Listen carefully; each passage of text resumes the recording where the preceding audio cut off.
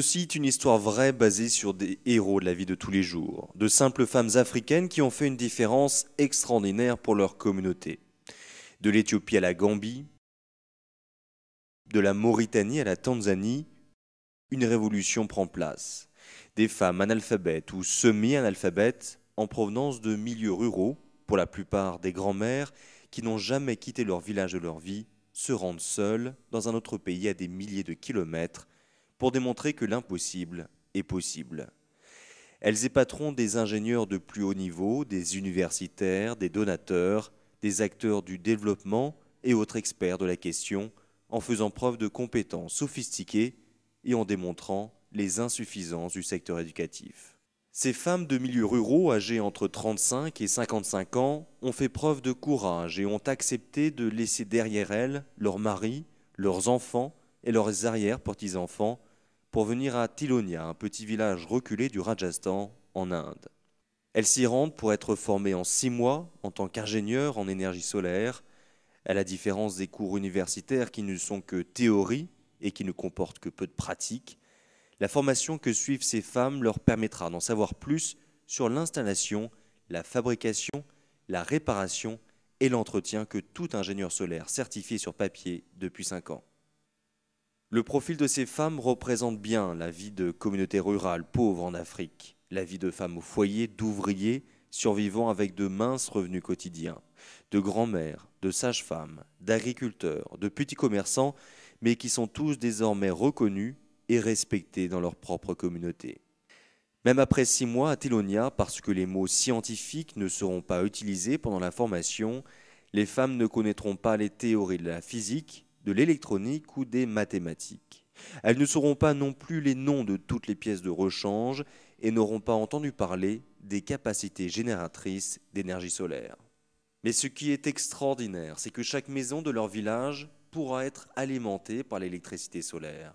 Ce sont de telles femmes qui ont rendu possible les premiers villages techniquement et financièrement autonomes en énergie solaire en Afrique et peut-être même dans le monde. En Éthiopie, entre 2005 et 2006, 500 maisons réparties dans 19 villages ont pu être électrifiées par énergie solaire grâce à 34 hommes ou femmes semi-analphabètes en provenance de milieux ruraux. Aujourd'hui, la première association Barefoot Women Solar Engineers a été enregistrée en Éthiopie.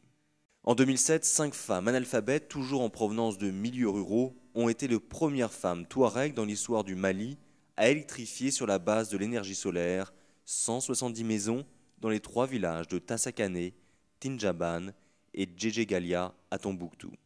Mariam Badje et Hadji Kamara ont été les premières femmes en Gambie à électrifier 75 maisons dans les 2 villages de Kankourang et de Kanfenkeng en 2007.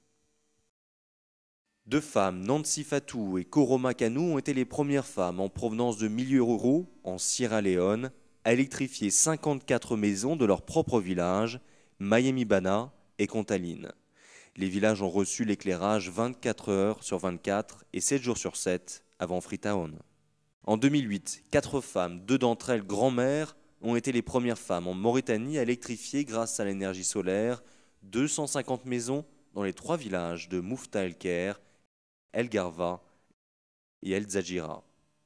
Par de simples observations et en travaillant uniquement avec leurs mains, par l'identification et la fabrication des pièces, par leur couleur, toutes les femmes de l'Ouganda, de la Tanzanie, du Malawi, du Bénin, du Rwanda, de l'Éthiopie, de la Gambie, assises ensemble autour d'une table, apprennent ensemble à assembler des onduleurs et régulateurs de charge, à créer un atelier électronique dans de petites pièces allouées par leur communauté, à installer des panneaux solaires sur les toits, à les relier à la décharge de batteries solaires et ainsi à permettre à chaque maison dans le village d'où ils viennent d'avoir l'électricité. Les mots ne sont pas utilisés dans la formation car les femmes ne parlent que amharique, djola, swahili et un peu le français et un anglais très sommaire. Dans le cadre des objectifs du millénaire pour le développement, il ne pourrait y avoir de solution pour l'Afrique plus réaliste et rentable basée sur les communautés mêmes. Dans une perspective de ce genre, le projet rejoint les objectifs de 1 à 7. Ce qui est unique dans l'approche Barefoot, c'est que la gestion, le contrôle, l'appropriation de la technologie passent entre les mains des communautés. Les membres sont impliqués dans la prise de décision, ils décident du montant qu'ils veulent investir en guise de cotisation mensuelle et choisissent qui, parmi les femmes les plus pauvres, doivent suivre la formation d'ingénieurs en énergie solaire. Lorsque le groupe ciblé constitué des plus pauvres gagne moins de 50 sous par jour, il est inhumain et insensible de parler de modèle de business. Le modèle de partenariat est de loin le modèle le plus durable. L'État ou les bailleurs de fonds subventionnent les projets en énergie solaire, comme les lanternes ou les réseaux électriques pour des villes, et la communauté contribue à la rémunération de l'ingénieur en énergie solaire, à la réparation et à l'entretien des unités solaires et éventuellement, après 5 ans, au remplacement de la batterie. Les communautés pauvres dans tous ces pays d'Afrique ont accepté de payer ce qu'elles paient actuellement pour le kérosène, le bois, les bougies, les piles et le diesel pour ce projet. En fonction de leur situation économique, elles ont accepté de payer entre 3 et 5 dollars par mois par unité d'énergie solaire.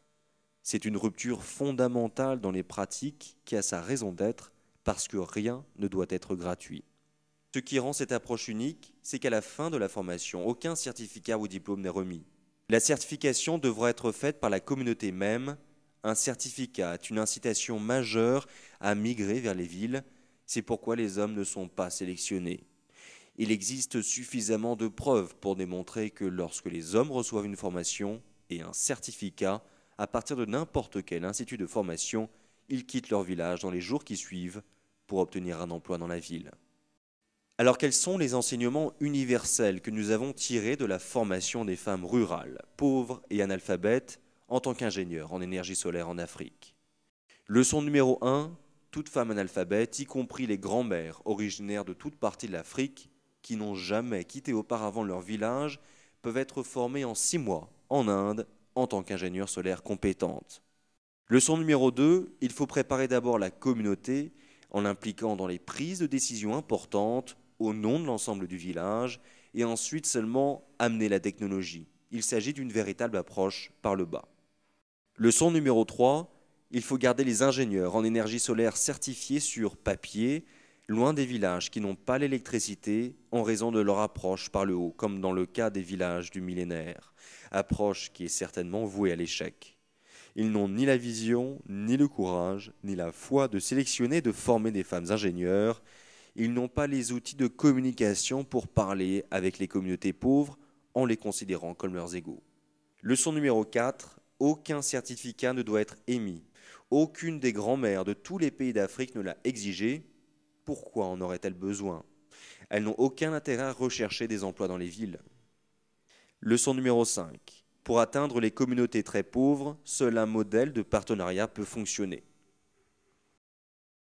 Le coût pour électrifier 40 villages grâce à de l'énergie solaire par près de 60 femmes ingénieurs originaires de différents pays africains revient à 1,5 million de dollars de moins que le montant gaspillé sur un village du millénaire, sur la brique et le mortier, sur les salaires des consultants, sur les voyages, sur la publicité et l'élaboration d'études.